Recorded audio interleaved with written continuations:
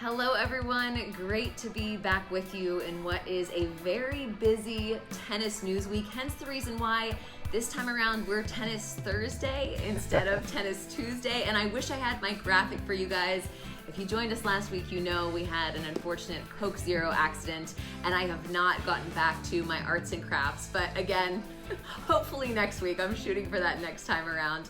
But like I said, so much to cover today. I am Blair Henley, joined as always by Nick McCarville, coming to us from a balmy/chilly Montana today. He is going to tell us a little bit more about what we're going to cover today.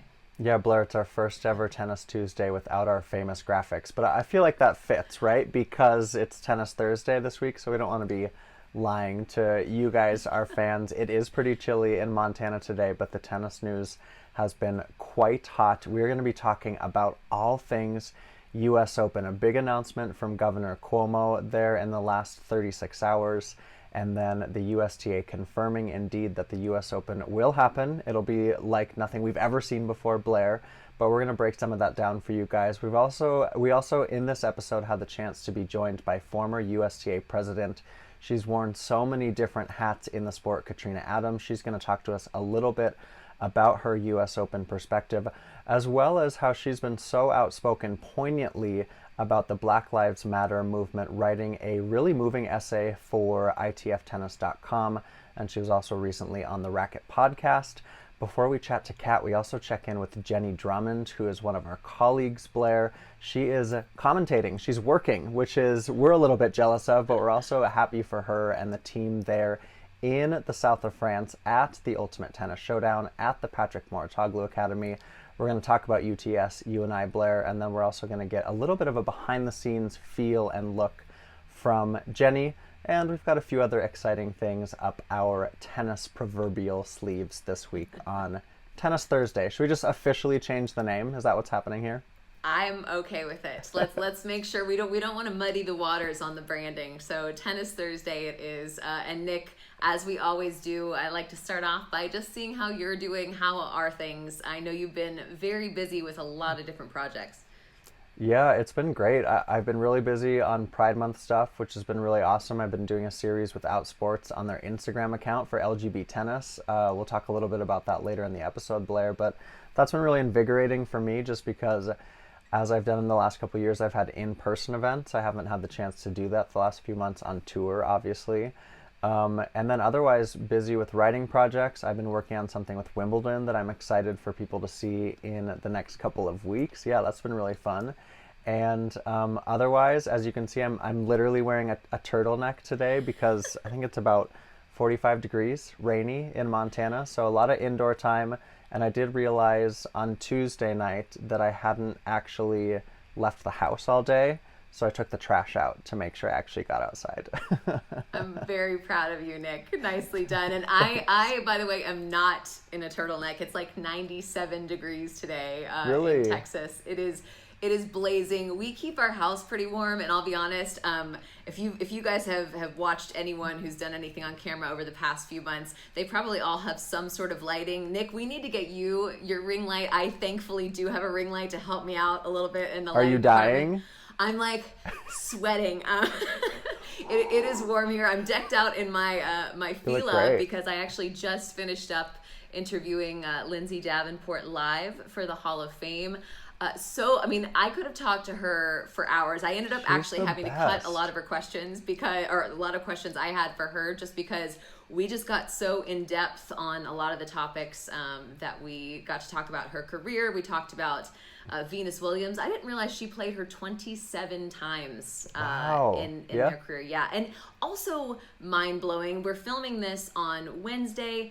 It is Venus Williams' birthday, 40 years old. Which is only 4 years younger than Lindsay Davenport. Like that's such a crazy thing. Lindsay retired in 2008. So to think that Venus is still going strong, props to V. We love it. I hope it lasts for another 10 years or so. So keeping busy on my end as well, Nick. And again, with the news this week, hoping, praying that maybe there might be some of said work to come, maybe on-site, off-site, for on-site stuff, who knows, in the next couple of months. Yeah, totally. And my mind is blown too on that Venus stat turning 40 today or yesterday, depending on when you're watching this. It's too bad that we don't get to celebrate that in the lead up to Wimbledon. But part of that Wimbledon project I am working on or have worked on does include Venus and Lindsay. So that's been really fun, and I'm excited to share that with people as well. Blair, we teased it a little bit. This episode is coming to you guys a little bit late because we knew the US Open announcement was coming, right, Blair? And actually, if you guys head to our Instagram page at It's Tennis Tuesday, we did do a live chat on Tuesday. So we did actually do the show on Tuesday this week. We're just cheating and in every aspect of the word. That was a breaking news live chat with Blair and I on the US Open announcing that it was going to happen. We are armed with way more information now because of the press conference this morning, Wednesday morning, from the USTA Billie Jean King National Tennis Center. You had Stacey Alliser, Michael Dowse. You had Brian Hainline, who is a medical expert who has been advising the USTA. He works for the NCAA. And then you also had Kat Adams, who we're going to have later in this episode. Blair, what were some of your big takeaways from the US Open announcement, or what are some of the nuts and bolts that you want to highlight? Well, first of all, Nick, I thought it was just, it's interesting, and I think highlights what we're going to see in the couple of months to come, that from when we heard these little details being leaked out, one person with you, one person staying with you, one person on site, chartered flights coming in with groups of players, and now knowing that things have even changed from things that were being maybe leaked a week ago, I think that's what really stood out to me, is that so much has changed already, and I predict that other things will be changing in the couple of months to come. But I do think that team aspect of it, and the fact that not only, well, if you're staying in the player hotel, you can have a total of 3. You have 2 hotel rooms, a max of 2 people per room. And there's also an option to rent a home outside of Manhattan, which really would open the door for an unlimited team, at least at the home base. Only a couple of those are allowed on site. So that, I think, was a big one for a lot of the top players. Are thinking, how can I possibly do a Grand Slam without my team of people with me? And hopefully that will alleviate some of those fears for the players who have the luxury to worry about that. That was a big one, knowing that there are kind of going to be those centralized hotels outside of Manhattan. I was particularly blown away by the fact that they are going to make use of this extra space that they're going to have without fans. They put up this little, I don't know exactly what you call it. I'm sure there's an architecture word that I'm forgetting. Regardless, I mean, they're going to put soccer fields in front of Arthur Ashe Stadium, along with like a sport court. So I think we talked about this live as well. I think the thought of what the US Open would look like without fans and with restrictions, I think, is much worse than what it's going to be in reality. I mentioned I spoke to Lindsay Davenport today. Her take was that the players are actually going to be pleasantly surprised, because there are so many places on site at the US Open where players can't go. They can't walk freely unless they want to sign 15 minutes of autographs, and to not sort of have to, I don't want to say worry about that part, because I really do think that a lot of the players, love and appreciate their fans, but it is an added part of the workload at a slam, in particular for the top players. And so I think the reality is going to be far less drastic for the players than maybe they thought leading up to this announcement. What about you, Nick? No, I think you hit the nail on the head. I mean, think of all that space. You guys at home watching, you know that the US Open's a massive facility. I think the players are going to discover places they never even knew existed, because now they can actually go there and there's not 40,000 people on the grounds in one day. I think, Blair, to me, my takeaways were that, the big thing on 3 people in a player's camp, and actually if you're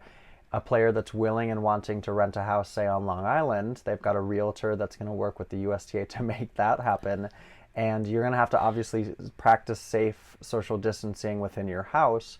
But a lot of the concern from top players on masseuses and agents and publicists and all that kind of stuff, those people can be at the house, say, in Queens or Long Island or Brooklyn. They can't necessarily all go with you on site. It's still limited to those 3 credentials.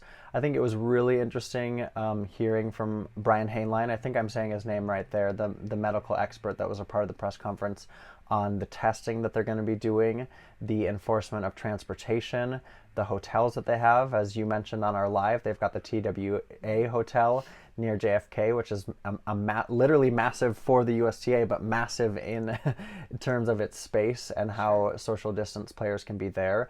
A lot of the onus is going to be on the players to not want to go into Manhattan, to not want to go out in the city. And from what I understand, I am a New York resident. From what I understand from my roommates and my friends still there, Blair, is that the city is quite different right now. It's just not the same New York that we know and love. So I think that that's going to be a challenge for the players, but you're right. It's going to be so much different without fans in the stadiums, but I think that's also going to open players up and free them up, which I think they'll really benefit from and like. I thought it was interesting, no media will be credentialed to be on site. They're going to do, as you predicted, Blair, they're going to do a lot of Zoom press conferences. I do believe that they're going to try to do as much of the broadcast from on site as possible. That is yet to be confirmed. It is huge that they were able to, and you could tell how proud the USTA was that they do have Serena signed on. She was actually one of the first people we heard from or saw in the press conference Wednesday morning as a recorded selfie video from Serena, Blair. Really, and there's all these questions about, will Novak play, will Rafa play? Serena's playing. And so, you know, you can maybe gripe with the USTA that they've pushed her or done a deal or whatever that to get her there, but that's massive for them. You imagine it for ESPN, for international broadcasters. I was just messaging with a colleague in Australia who said he wasn't quite sure that Ash Barty was going to make the trip. So there's your world number 1. Simona Halep, world number 2, has confessed that it's highly unlikely that she's going to make the trip. So there's a lot of those different aspects at play. We can talk in a minute about the schedule it was a busy morning on the tennis news circuit with both the WTA and ATP releasing their schedule.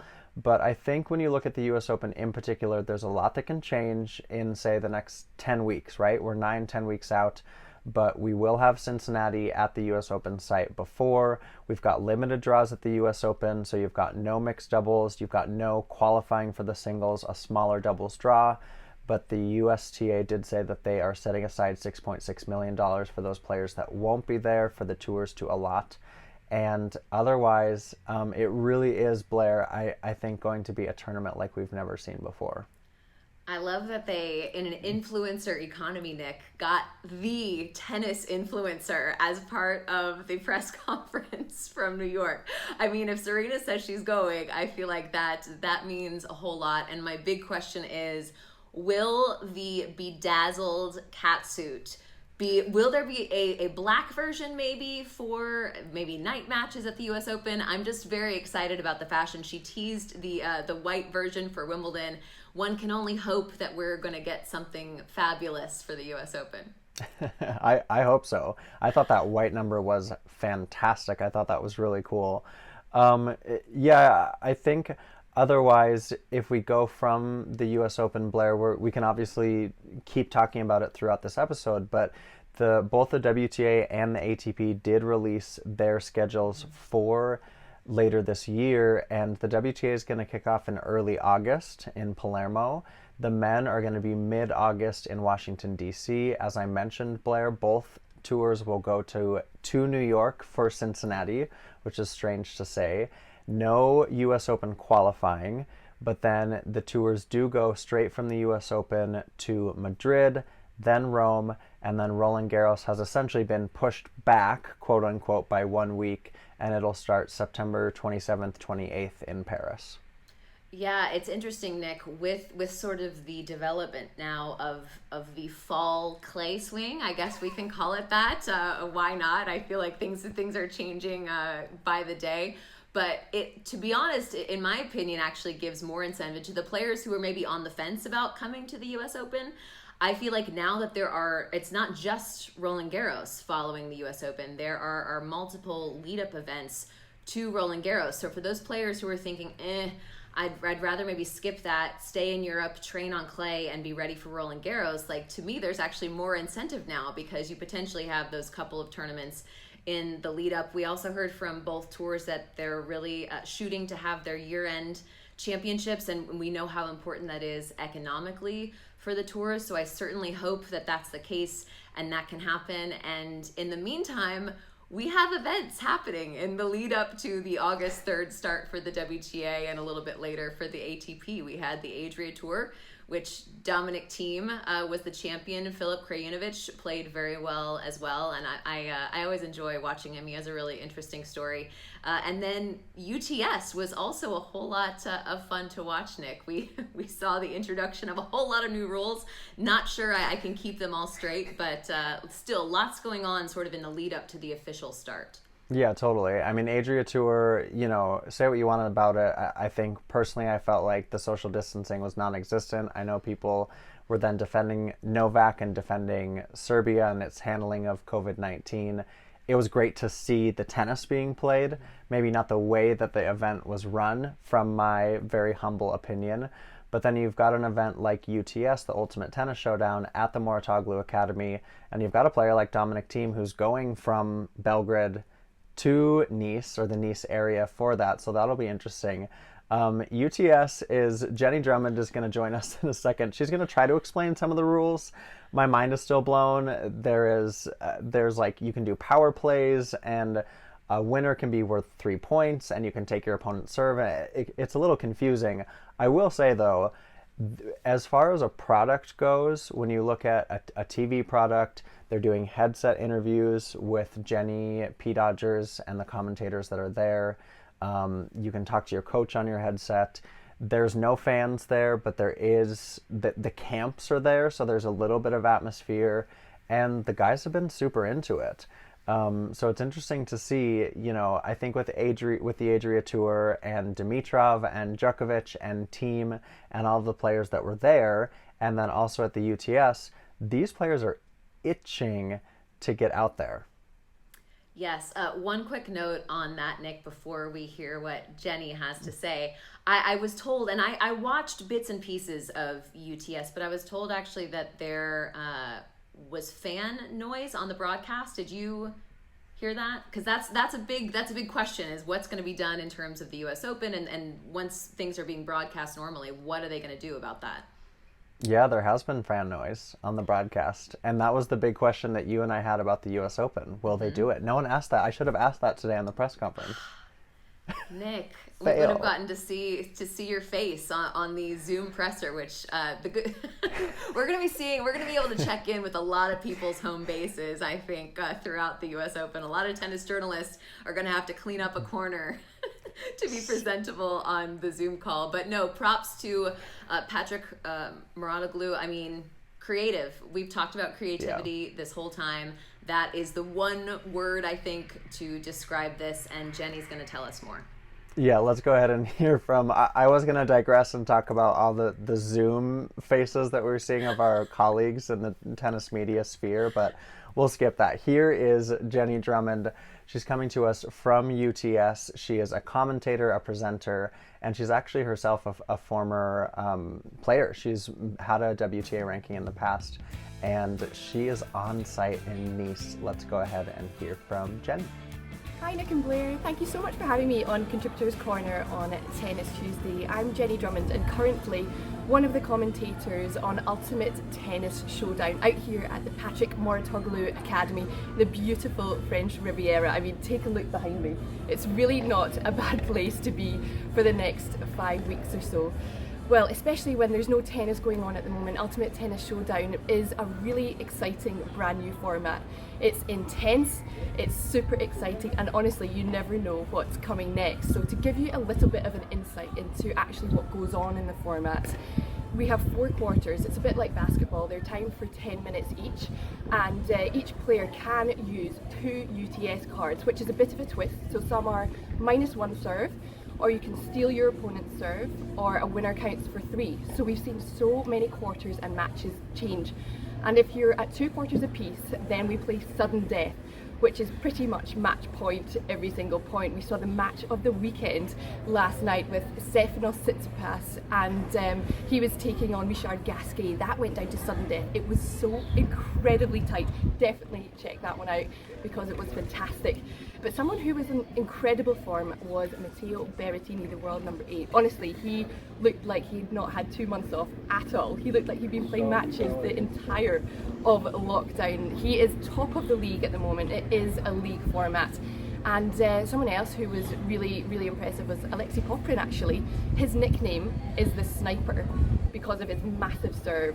And he really was teeing off on the serve left, right and centre. Incidentally, his dad is the co-founder with Patrick Mouratoglou. So he's been training here the whole time. He's really at home here. So he's been loving it. And behind the scenes, the players have been asking about the rules, trying to figure them out, strategizing. Dustin Brown was sitting down with his coach in their hotel room, deciding which cards to play when. And then others are just really chilled. So we've been milling around with the players and the coaches, so it's been fascinating to chat to them and see when the players are going to play a card, why they change their cards from one match to another. So it really is a very tactical game, and if I'm honest, one of the coolest features of this is, as a commentator, we get to chat to the players at every single sit down and ask them questions. So we get an incredible insight into their thinking behind it, because sometimes they're playing the game, UTS game, rather than the opponent, because they're deciding when to play their card, and it's been really fun. And then some players are just hilarious to chat to, with the likes of Benoit Paire. You never know what you're going to get. So in all honesty, we've had a fantastic first weekend of UTS 1, and coming up this weekend, Dominic Thiem is entering into the pack, the world number 3. We are so excited to have him here because we will have 4 top 10 players competing in UTS. So very much looking forward to that. So guys, when there's no tennis on, UTS is honestly such a fun format to watch. It's so exciting. We've been enjoying it so much already, and we're just going to continue to enjoy the beautiful sun here at the Patrick Mouratoglou Academy. If you do want to watch it, check out utslive.tv. We've got lots of interviews and features and studio chats, and obviously the matches as well. There are some great highlights, so make sure you do check it out. Thanks very much, guys. I hope you're well, and obviously can't wait to see you on the road at some point soon. Great to hear from Jenny. She's done a really incredible job, and she gave us a little insight into some of the safety measures as well, Nick. Yeah, well, we were actually WhatsApping Blair after she had sent me that video, because I was like, oh wait, we also want to know about the safety precautions. So she listed some of them out for me on text, and essentially it is, Blair, that everyone's been tested to come on site there for COVID-19. They're calling it a green zone, or a green area, to actually be at the Mouratoglou Academy. And then they're doing daily temperature checks. Obviously, we know that doesn't say if you do or don't have COVID-19, because you can be asymptomatic. But she said that is one of the precautions that they've been taking, is those daily checks. Also the test before you actually get on site. She says you were quarantined after your test to make sure that you didn't have COVID-19, and then you could actually move about in the space. She said there's been a big practice from everyone on social distancing, trying to keep that 6 feet 2 meters between everyone. A lot of masks being worn when you are in a more populated area. And she said it's been hand sanitizer galore. And as we can see from the highlights, obviously social distancing on court, and now it's normal. The racket tap handshake is now how tennis players greet one another after a match hard fought. It is wild. But quick props to the players. They all on day 1 wore Black Lives Matter shirts as they walked out onto the court, which I thought was kind of a neat touch and a show of solidarity from those guys. Quick aside, Nick, before we move on. Speaking of the testing, did you see the video? It was posted as part of the Battle of the Brits video package, Jamie Murray's project in the UK. And then Ben Rothenberg reposted it on his Twitter account today, of Jamie Murray actually getting the test done. Did you catch that? No, I didn't see it. I've heard the test is that they essentially go into your brain to do the test. Okay, so I knew how far in it went. I did not know that once it was in, they're giving Swabbing. it a twirl for They're good swabbing. measure before they took it out. It's an in and a twirl. I haven't seen that video. Do I need to watch it? Honestly, and I am not a squeamish person, I feel like I would be better getting the test than watching somebody get the test. And it was also both nostrils. Like, I didn't know that either. Did you know that? No, I thought it was one. Same. So I don't know. Maybe that's a Brit thing. I don't know, but all I can say is Gabby Dabrowski actually wrote a list of sort of concerns after the USTA and the US Open made their decision, and one of them was that people might be anxious about the test. Listen, I think people are going to do what they have to do, but after watching that, I was like, that is intense in both nostrils, little twirl. Props to Jamie Murray for sort of showing it. I think you normalize it and you just take it as something that's going to be a reality for a lot of us in the coming months. Yeah, totally. I think it's a tiny, I haven't done one, so I can't speak from experience, but I think it's a tiny price to pay for what it's worth. Completely agree. And that brings us to our next guest today. We were so thankful to be joined by Katrina Adams, who has so much on her plate at the moment. I'm just going to read out some of the bio bullet points here. She's a former player, of course. We know she's a former USTA president, first one to ever serve 2 concurrent terms. She has a book coming out in February that we're looking forward to. She's an ITF board member. She is the Gender Equality in Tennis Committee Chair. She's the Executive Director of the Harlem Junior Tennis and Education Program. I mean, the list goes on. And of course, she represented the USTA Board of Directors at the USTA press conference, or the US Open press conference, on Wednesday morning. So she has a million things going on. She's also been an incredible voice for the Black Lives Matter movement over the past few weeks in tennis and beyond, and we are excited to talk to her about all of those things. Hello everyone, thanks for joining me on my balcony as the evening starts to set on and the sun begins to set later. But I'm enjoying a little sunshine right now, a little relaxation as I'm finishing up some work. You can see both my iPad and my computer in the background, but more importantly, a glass of rosé. Very refreshing right now. But this is the way I like to kind of wind down. I'm going to go in momentarily only because my devices are starting to get hot. So I need to take them inside, and then I'll come and sit under the umbrella on the other side and get some shade until the sun really starts to set. And then I'll go in and come back out later. Katrina Adams, thank you, Kat, so much for joining us today here on Tennis Tuesday. It's been a busy day for you. We're going to get to that in just a minute with the US Open and their big announcement from the USTA Billie Jean King National Tennis Center. It was cool to see people on the grounds there. But Kat, first off, I want to check in with you because it's been a whirlwind for all of us, but especially for you, having gone through having COVID-19. We were speaking a little bit about that before we went live here. But how are you doing right now, having recovered from that? Well, first of all, Nick, Blair, thanks for having me. It's always great to have these conversations with buddies. But I'm doing great. Thanks for asking. I was very lucky with COVID-19. I had a very mild case, if you will. Only experiencing body aches a couple nights. Didn't have all of the other symptoms that so many of my friends actually had. And fortunately, I was never got to a point where I needed to be hospitalized. So I was very fortunate.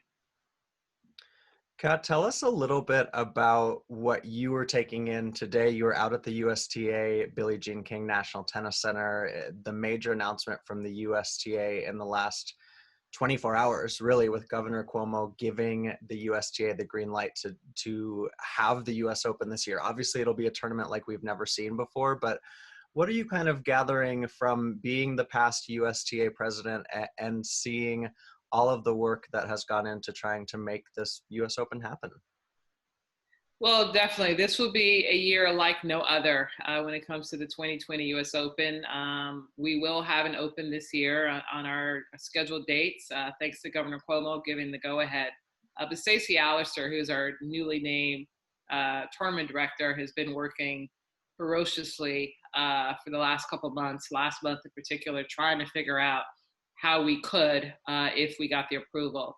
So she, along with Lucia, Danny Zausner, Michael Dowse, Pat Galbraith, who's our president, and many others on their team, worked extremely hard to try to figure out if it was viable, was it the right thing to do, how would it benefit the organization going forward, from our grassroots perspective, because we're going to be down 80% in revenue from not having fans. So, when you're talking about no fans, no tickets, hospitality, food, beverage, merch, and a lot of other things that go in, it's a big risk on one hand, but then it's an advantage on the other to be able to have professional tennis on the grandest stage. We have more viewers at home, like the three of us right now, than we do on the grounds that week. So we'll lose that element, but I think it'll be a great opportunity for our broadcasters around the world to really do something special in presenting the event, and hopefully the players will come.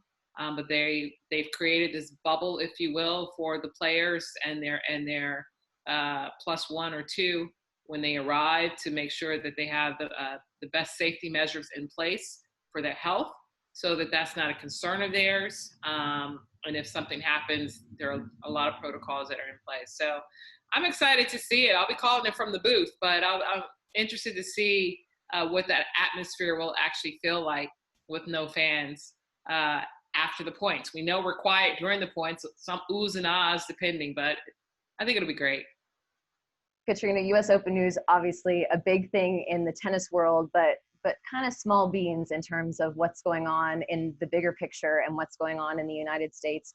In particular, you have used your voice in an incredible way over the past few weeks to bolster the reinvigorated Black Lives Matter movement. I loved your piece for the ITF website. Loved your Racket Magazine podcast. You were also in Francis Tiafoe and Ion Broomfield's Rackets Down, Hands Up video. How have you perceived the response in tennis to be to this? And do you think we can continue to move it forward? Well, thank you for paying attention. This isn't anything new. I think it's more vocal now, particularly with me speaking out and taking to the platforms that I have and bringing social injustice to life. And it's not to the point where I'm in an arena on a daily basis experiencing racism, but racism exists. We've all felt it. Whether it's on your color, your gender, your social economic background, your sexual preference, whatever. People are biased against each other in some form or fashion. But what we've seen here in America in the last couple of weeks is just unheard of. And the stories that are still emerging after what we've witnessed is horrible. And it's time for people that don't look like me or don't walk in my shoes understand the challenges that people like me have on a daily basis walking out of their door, just for first survival, and second being in the workplace and not having equal opportunities, and it's got to stop. We are about equal rights, and we want to treat each other equally. We want people to get paid equally. We want them to be promoted equally.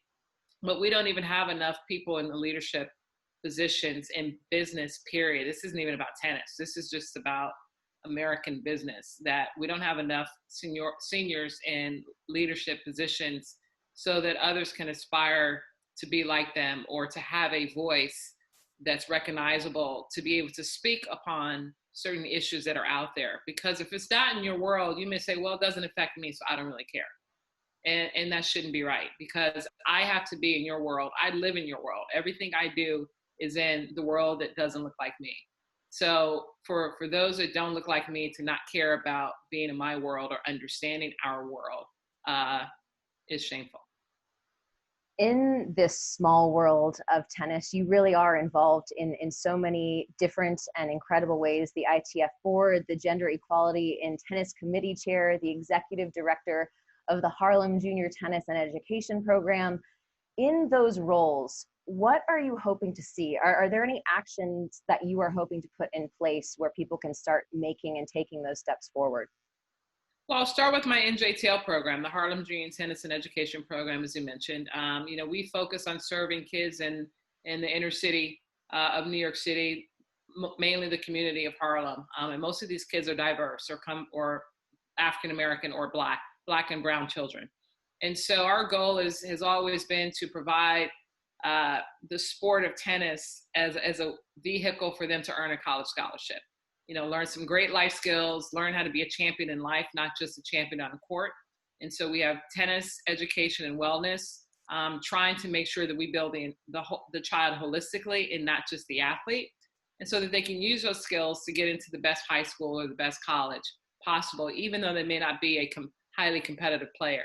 But they're playing, high school tennis, they're playing the junior circuit. Some of them get to play some of the pro circuits in college. So it's very important for what I do on that level. When you talk about the USTA, I was a president, as you mentioned, for 4 years, and being the ambassador in the face of the organization to really talk about equality and trying to break down some of these bias walls that have been built up around our sport.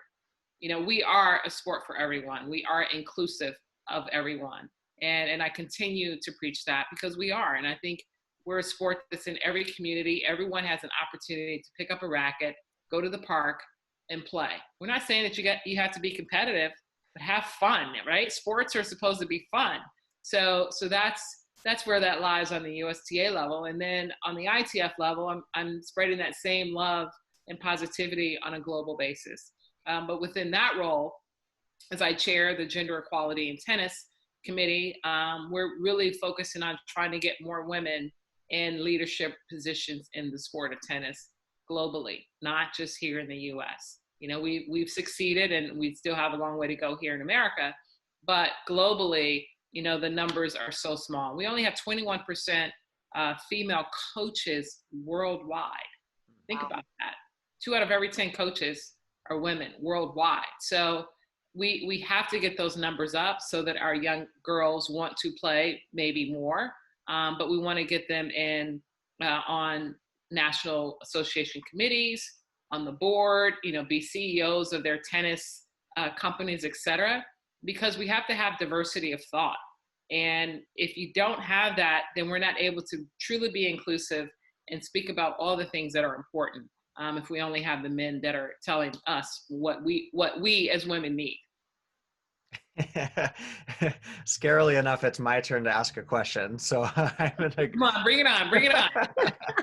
I love it. No, and I love that phrase too, diversity of thought, because it's so important now to just the little bit of stuff that I've been doing with LGBTennis and trying to get the queer community activated within the tennis world, trying to understand diversity of thought and get everyone from every different background. It's a huge challenge. And one thing I think that's interesting, Kat, is when we have a moment like Black Lives Matter, where maybe we haven't really felt it like this before in this country, it's gotten such momentum, but a lot of people have come out and said, this sport needs to do this better, or we need to be better, corporations need to be better, different facets get highlighted in needing to improve. But I wanted to ask you, in your 4 years at the USTA, what improvements did you see with involving younger kids of color, people of color, to get into the sport of tennis? Because I know that was one of the big driving forces for you when you were at the USTA. Yeah, my main initiative was the Hispanic initiative, which was driving tennis into these Latin and Hispanic communities, trying to engage them to enter our sport. And we did a great job in year 1. And then the administration changed around this country. And so therefore, a lot of the people that we had invited or engaged didn't want to sign up and put their name on any application or in the computer system, et cetera. The kids are Americans, maybe the parents were American, but maybe the grandparents were not. So we kind of lost that momentum with that out of fear. And how sad is that? Out of fear of joining a sport, to put your name on a registration form. And so we did well, but when you talk about, our Black kids, African Americans, obviously it helps when you have, we've had Venus and Serena being ambassadors for 2 decades now. But yet you had the next emergence of Sloane Stephens and Madison Keys playing in that US Open final a couple years ago. What a great sight that was. And then of course, Coco Gauff, the mighty Coco Gauff, who came on the scene last year. It really inspires these young players, young student athletes to want to get in the game, to want to be like, now it's like Coco and Francis Tiafoe on the men's side, along with Michael Moe. So from a USTA perspective, we've put a lot of resources into our NJTLs, like myself, around the country. There's over 200, almost 300 chapters nationwide that are truly focusing on programs in the inner cities and trying to engage and provide free or close to free instruction. And we'll continue to do that. And I think our numbers will continue to grow because of the young players that I just mentioned. Yeah, there's a lot of those young stars, and it's so cool to hear that Serena has confirmed she's going to play the US Open, which is awesome. I have one more question for you. I do want to say I always love your glasses. Your glasses look fantastic, per usual.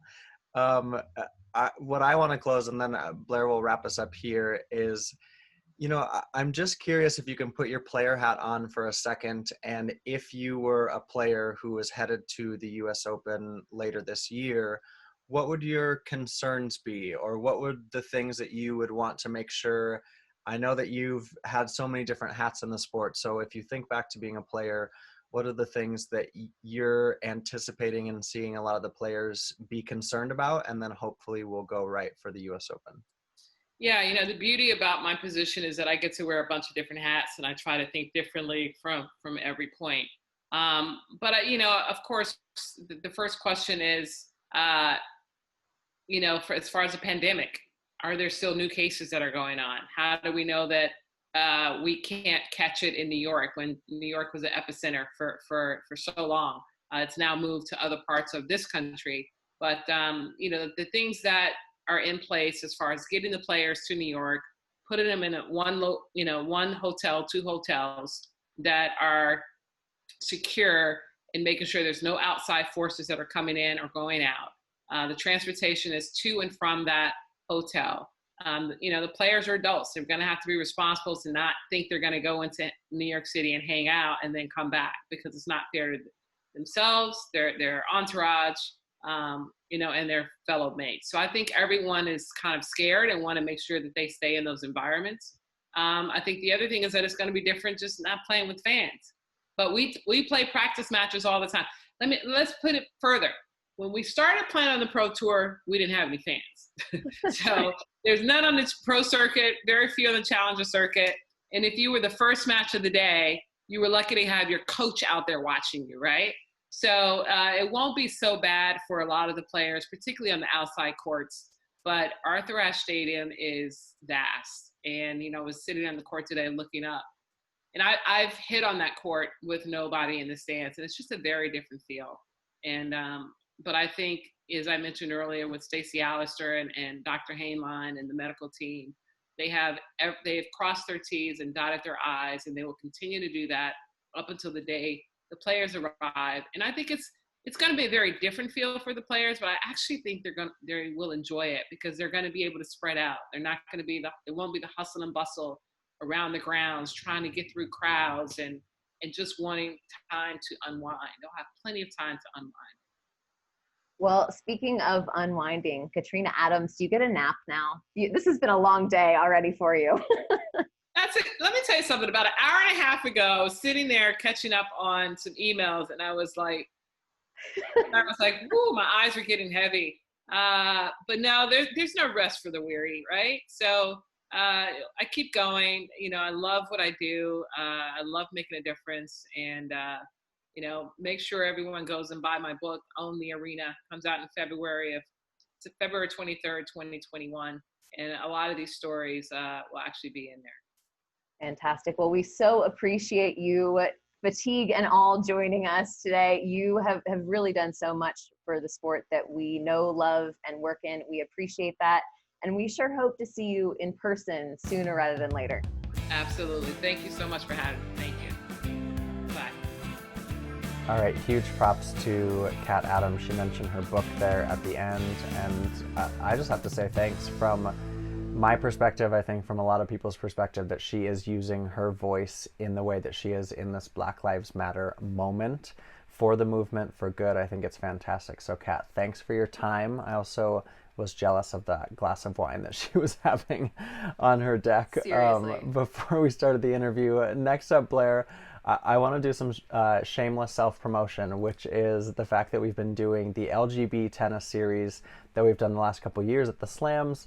We have taken them online. I've partnered with outsports.com, And so far I've done a couple chats, one with Jeremy Ross Sonkin, who is an out player who actually has been on the ATP Challenger Tour and the ITF World Tennis Tour and had an ATP singles ranking. So a lot of people say there's never been an open and active male tennis player. Jeremy's your guy. He's done it.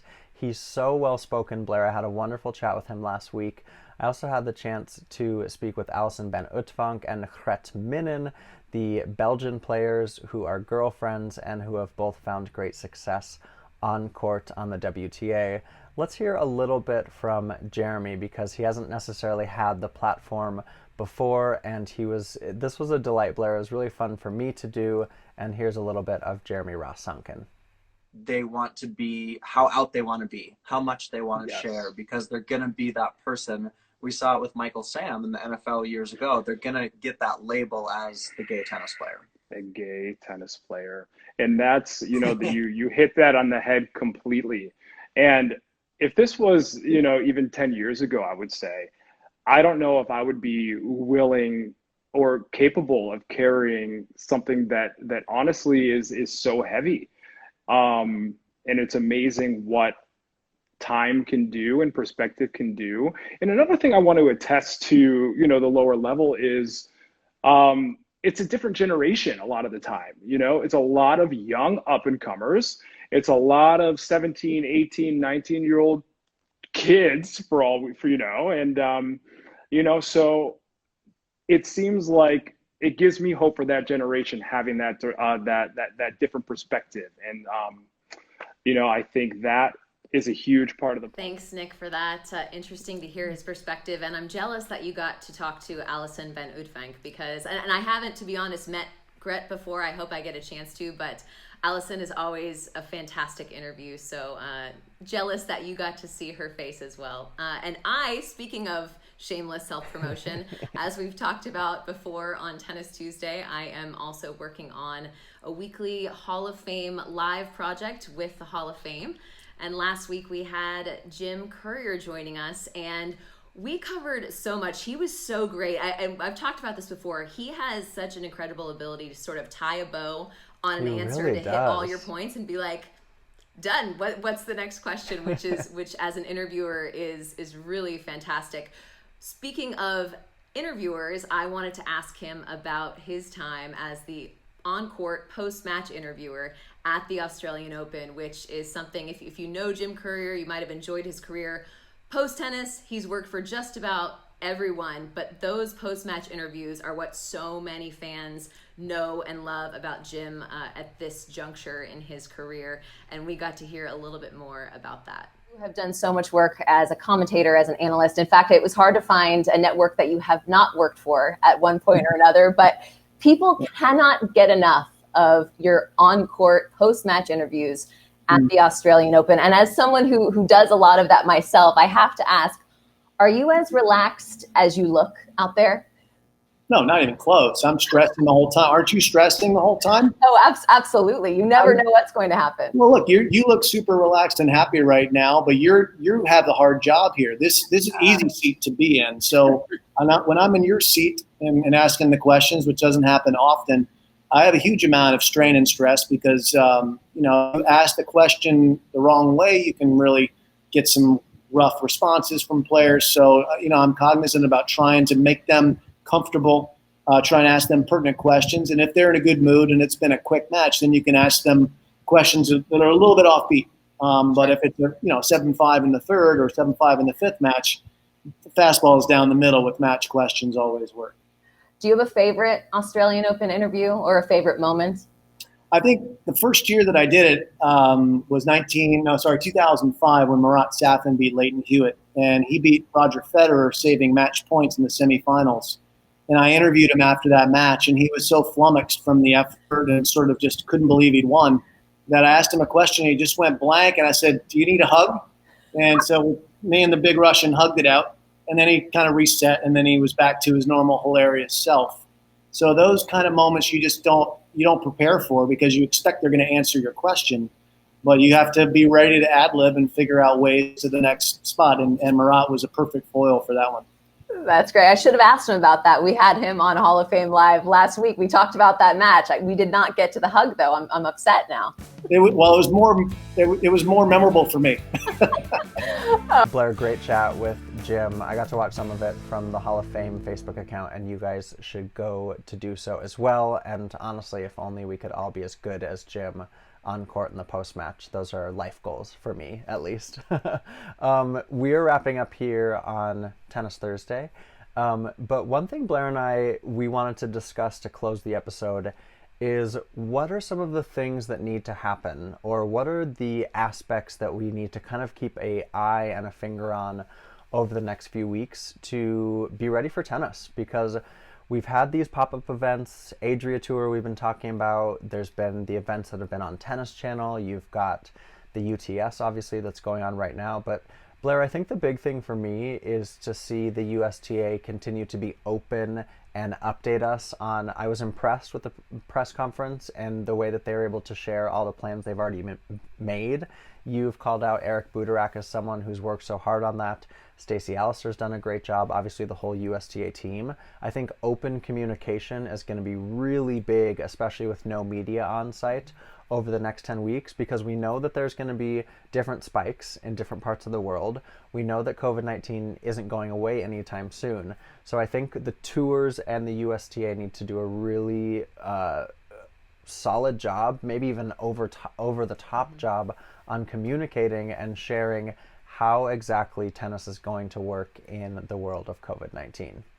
That is a really good point, Nick, because I think in particular with maybe some of the slightly lower ranked players, that I think has been sort of the biggest complaint, not directed at the USTA specifically, just throughout this entire thing, is that they've been finding things out via social media. I think the USTA has also had maybe some things leaked in the weeks prior to this announcement, where then they're scrambling to sort of set the record straight and get the official news out. And knowing how fast information spreads in the social media age, I completely agree, and I think they take that seriously.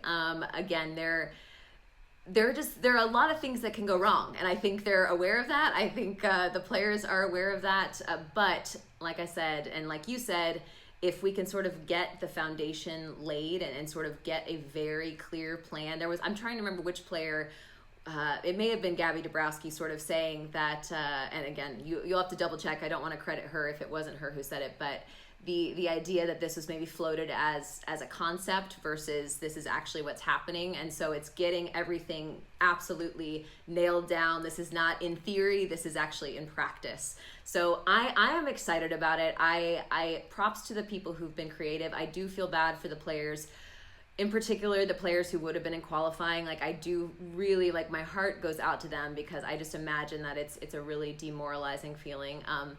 That said, 8 wild cards up for grabs at the US Open. We talked a little bit on Twitter, Nick. Those are going to be exceptionally valuable. I would start my campaign right now if I were out of that main draw space. But my heart goes out to them, and there just wasn't a solution that worked for every single person. I think they picked the one that checks at most of the boxes, which I think we can all appreciate. Yeah, no, I'm happy you called that out for sure. I think those players are going to get some of the money, all of the money that they would have got for being in qualifying. Yeah. But you're right to say that they obviously don't get the opportunity to play tennis, and that's what they want to do. And no points, and I think that's what players are concerned about. Yeah, wow, interesting there. So that leaves us more to talk about. We know that there's going to be more for next week, so we'll leave you there, and we invite you to follow us on Instagram at It's Tennis Tuesday. You also can find the show on a weekly basis on both YouTube and Facebook. You can find both Blair and I on Twitter. We love our tennis family, you guys. Thanks for tuning in. We really appreciate the support. Thanks to Kat Adams and Jenny Drummond for being a part of the show. We think we're going to have tennis in August, and that is an exciting prospect. For Blair, I'm Nick, and you guys, we will see you next week.